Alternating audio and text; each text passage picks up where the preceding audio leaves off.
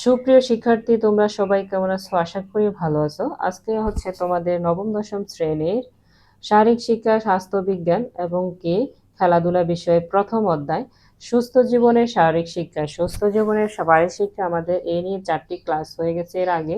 আজকে হচ্ছে পঞ্চম ক্লাস। আজ পঞ্চম ক্লাসে হচ্ছে মানসিক ও আর্থিক পরিপূর্ণতা আর প্রয়োজন। পঞ্চম ক্লাসে আজকে আমরা মানসিক এবং আর্থিক পরিপূর্ণতা প্রয়োজন কিভাবে আমরা শারীরিক শিক্ষা পাঠের মাধ্যমে গড়ে উঠবে তোমাদের এই নিয়ে বিস্তারিত আলোচনা এই পাঠের মধ্যে করা হয়েছে। চলো শুরু করি। এখানে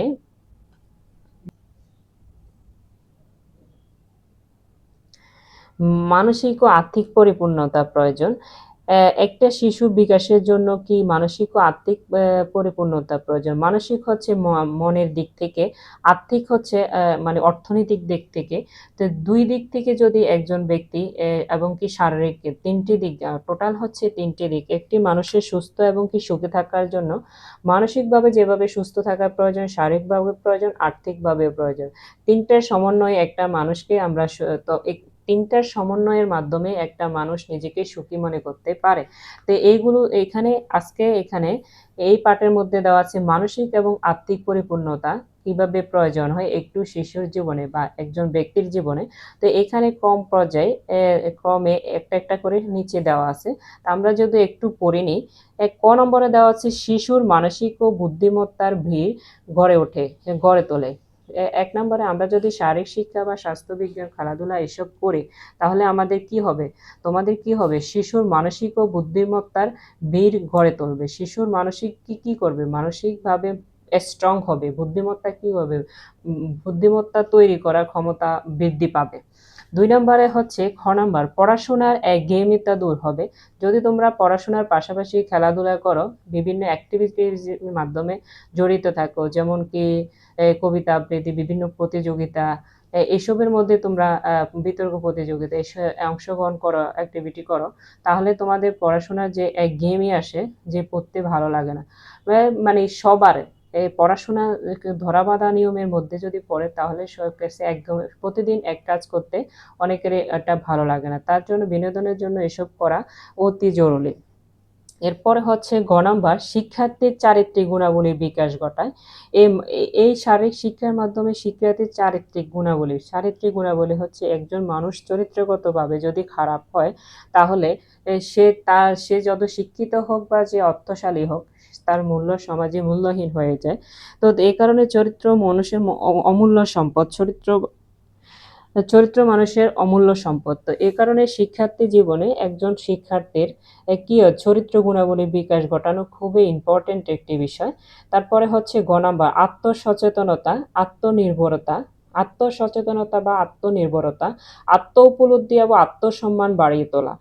এইসব শারীরিক শিক্ষার মাধ্যমে তোমরা এইসব গড়ে তোলা একজন শিক্ষার্থী এইসব সম্পর্কে জানতে পারবে বা গড়ে তুলবে। এরপরে হচ্ছে ও নাম্বার পরিবেশের সাথে মানিয়ে চলতে সাহায্য করে।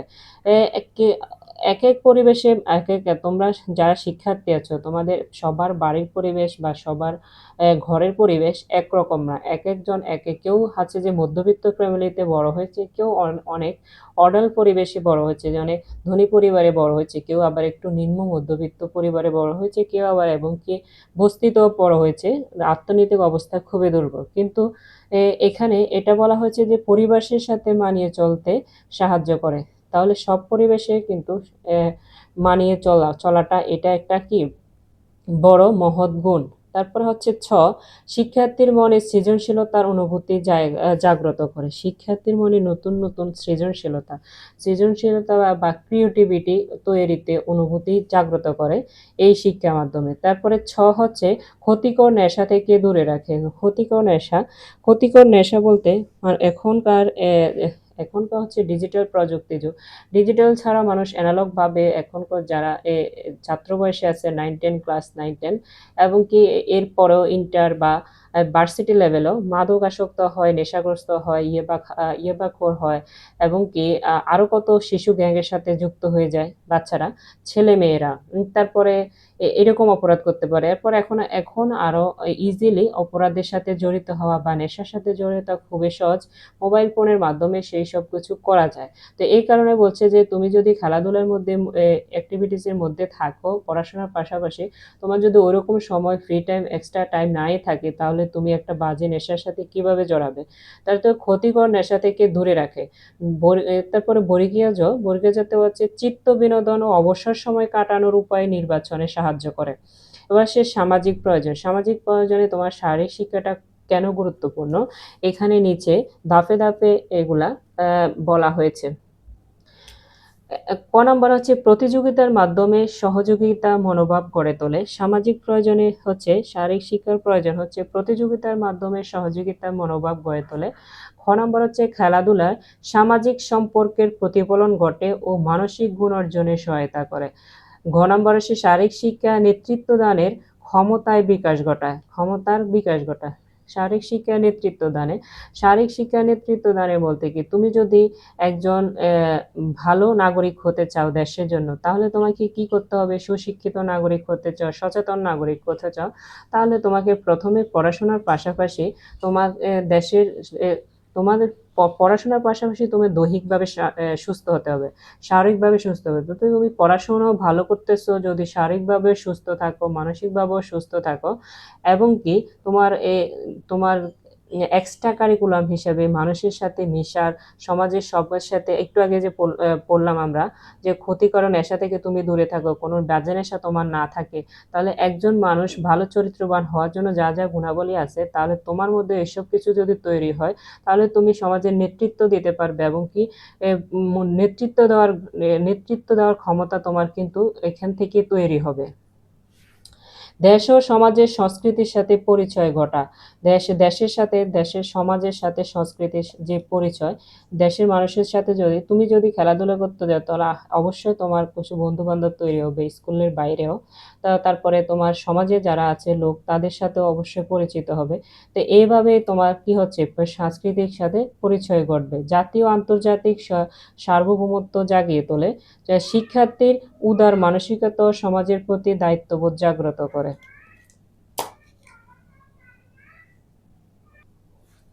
এবার আসো শারীরিক শিক্ষার কর্মসূচি। শারীরিক শিক্ষার কর্মসূচি কিভাবে হয়ে থাকে সেই সম্পর্কে বলা হয়েছে।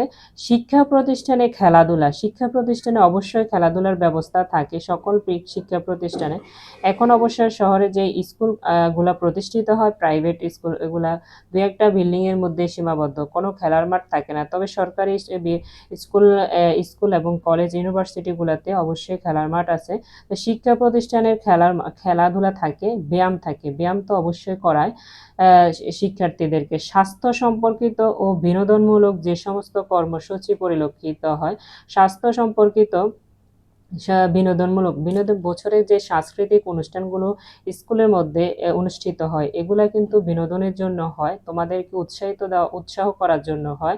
এটাতে বিভিন্ন কারিকুলাম অ্যাক্টিভিটিস হয়, বিতর্ক প্রতিযোগিতা হয়, কবিতা আবৃত্তি হয়, গান হয়, নাচ হয়, নৃত্য হয়, গজল হয়, কোরআন তেলাওয়াত হয়, আরো ইত্যাদি খেলাধুলার প্রতিযোগিতা হয়। তো এগুলোর মাধ্যমে তোমাদেরকে আরো শারীরিক শিক্ষার কর্মসূচি বলেন। এসব শারীরিক শিক্ষক যে সমস্ত ক্রিয়া কর্মসূচি বাস্তবায়ন করেন, তাই শারীরিক শিক্ষার কর্মসূচির অন্তর্ভুক্ত। স্কুলে যে শারীরিক শিক্ষা বিষয়ক যে শিক্ষক থাকেন, এই শারীরিক শিক্ষা যে এসব আয়োজনগুলো বাস্তবায়ন করেন, এগুলা কার মাধ্যমে করা হয়? এগুলা হচ্ছে শারীরিক যে শিক্ষক থাকেন, তোমাদের যিনি শিক্ষক থাকেন, উনি এই কর্মসূচিগুলো অন্তর্ভুক্ত। তারপর হচ্ছে শারীরিক শিক্ষা কর্মসূচিকে 3 ভাগে ভাগ করা যায়। কয় ভাগে ভাগ করা যায়? 3 ভাগে ভাগ করা যায়। 1 নাম্বার হচ্ছে অত্যাবশ্যকীয় ক্রিয়া কর্মসূচি। অত্যাবশ্যকীয় ক্রিয়া কর্মসূচি হচ্ছে এটা অবশ্যই করতে হয়। অন্তঃক্রিয়া কর্মসূচি, তারপর হচ্ছে অন্তঃক্রিয়া সূচি এবং আন্তঃক্রিয়া সূচি। তাহলে কয়টি কর্মসূচি পালন করা হয়? 3টি কর্মসূচি পালন করা হয়। কি কি পালন করা হয়?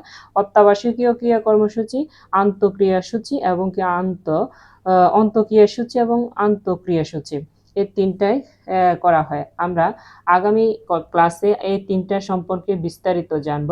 আজকে এ পর্যন্তই বিদায় নিচ্ছি। দেখা হবে নেক্সট ক্লাসে। Bye, by.